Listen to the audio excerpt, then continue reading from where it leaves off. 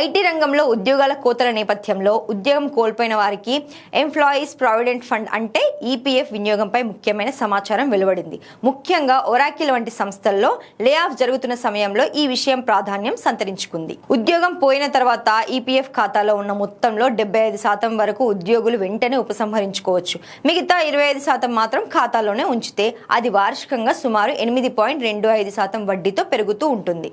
EPFO నియమాల ప్రకారం ఒక నెల నిరుద్యోగంగా ఉన్న తర్వాత 75% మొత్తాన్ని తీసుకునే అవకాశం ఉంటుంది. మరో 2 నెలలు ఉద్యోగం లేకపోతే మిగిలిన 25% మొత్తాన్ని కూడా ఉపసంహరించుకోవచ్చు. అయితే ఆ మొత్తాన్ని వెంటనే తీసుకోవాల్సిన అవసరం లేదు.